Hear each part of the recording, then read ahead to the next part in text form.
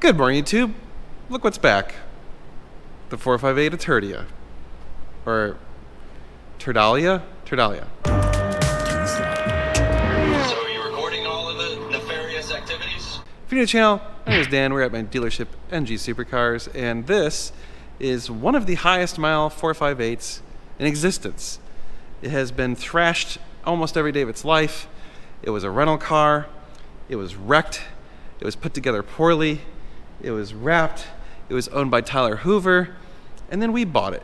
And then we had it for a little while. I drove it to Phoenix and back.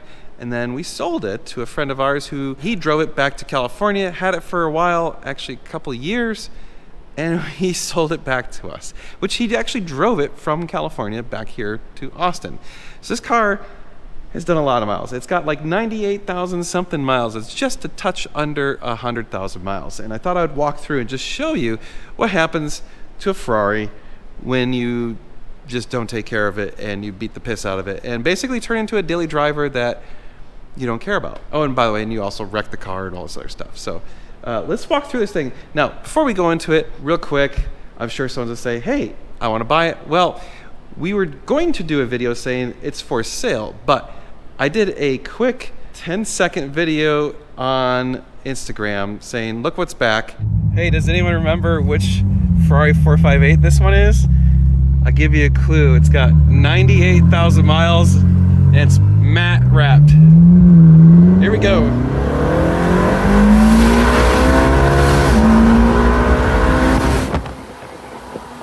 And someone reached out and they bought it. So as of the making of this video, it's sold. But unless that deal falls through, which if it does, I'll update you. Let's walk through it. I just wanted to show you where it sits today. It's amazing. Now I know a lot of you are saying, wow, this actually looks pretty decent. I mean, it does have a weird matte wrap on it, which I don't know why they did, but okay, matte wrap. It's one of those cars where the more you look at it, the more things start to be like, oh, that's not so great. So for example, you know, like there's a pretty big paint chip right there. There's a weird thing where the Cavallino on the front should be on a pedestal, but it's not. It's just mounted directly to the bumper. I'm not sure why. It looks like these front canards are wrapped or painted black. I'm not sure which. They're typically a composite gray color. I don't know exactly what they did, but that's not factory. You can see the wrap lines. They're in the wrap's starting to peel up. So the wrap itself is already it's seen better days, let's just say. You can see some pretty substantial headlight gap right there. I can fit my fingertip in there. That shouldn't be like that. Panel misalignment. That one's not so bad.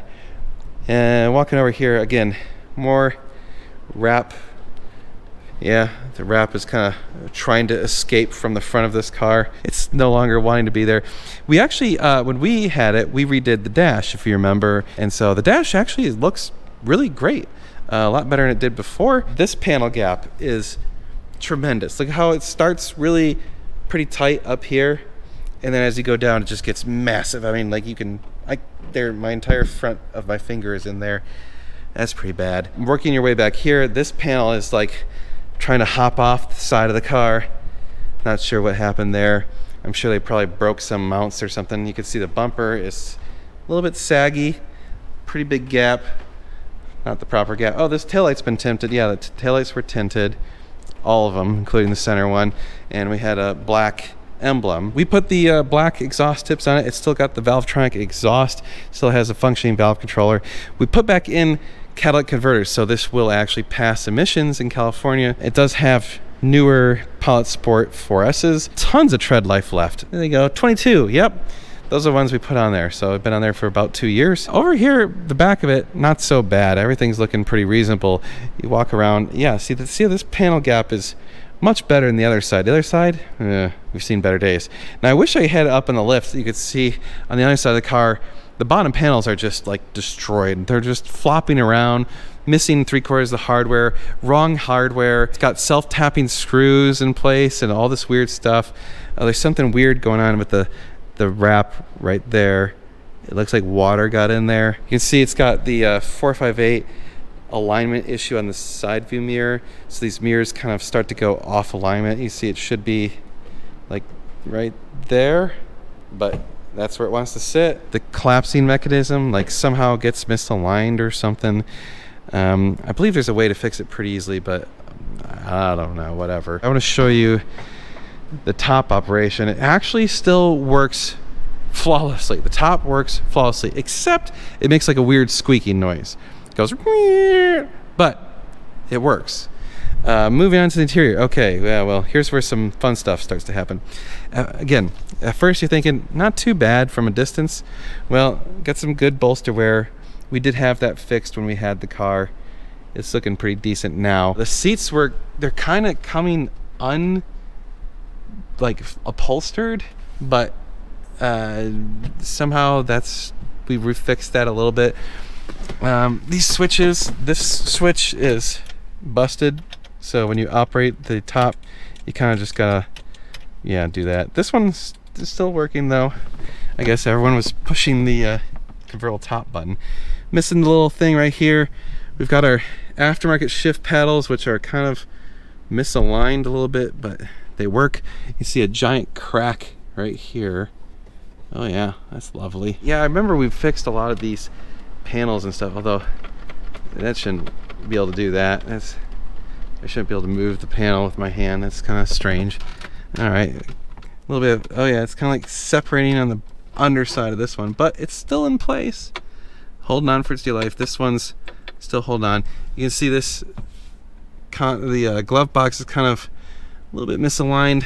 Got some scratches over there. Oh yeah, here you go. Some missing sun visors. I forgot about that. And you can see it's all wrinkly, misaligned. There you go. That actually is working now. It wasn't working very well before.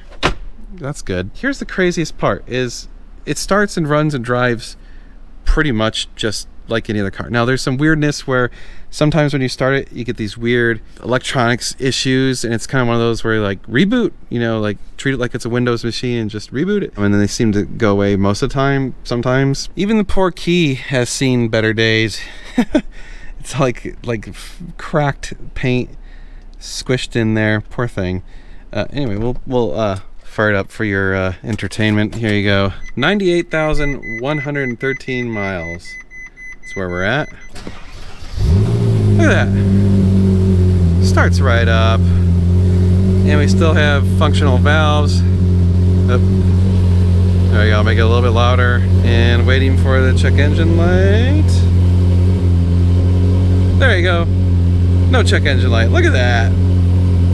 Hard to believe, right? Let's show you the top operation. All right, so let's open the top.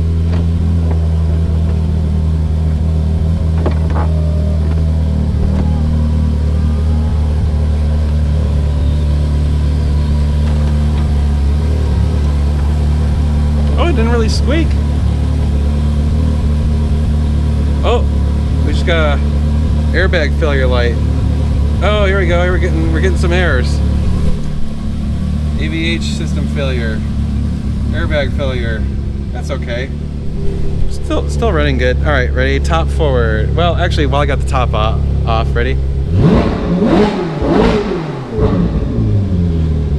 Sounds great. Can't believe this thing has 98,113 miles. And it's been wrecked and put together poorly. All right, here we go. Top. Maybe it squeaks when it's closing.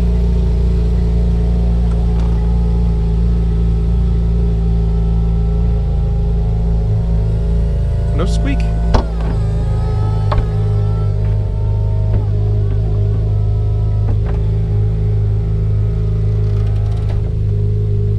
Okay. No squeak that time. Functional high mile 458. So we wanted to do a bunch of videos beating the snot out of it, doing donuts and just abusing this car probably like it should be, since that's what this car is basically meant for now. It's got a salvage title and tons of miles on it. But now that we have a buyer coming,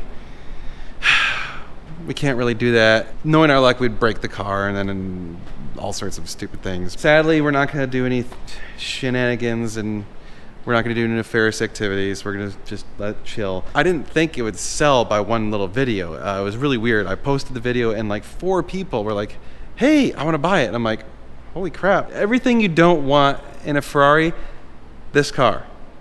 and it's still really a pretty good car, and certainly for the price that we sold it for, it's an excellent car. You guys are amazing. Thank you so much for watching. We're going to do a lot of cool car stuff. You want to stay tuned, so check out ngsupercars.com and normalguysupercar.com. We appreciate you guys' support. We'll see you then. It's going to be sweet.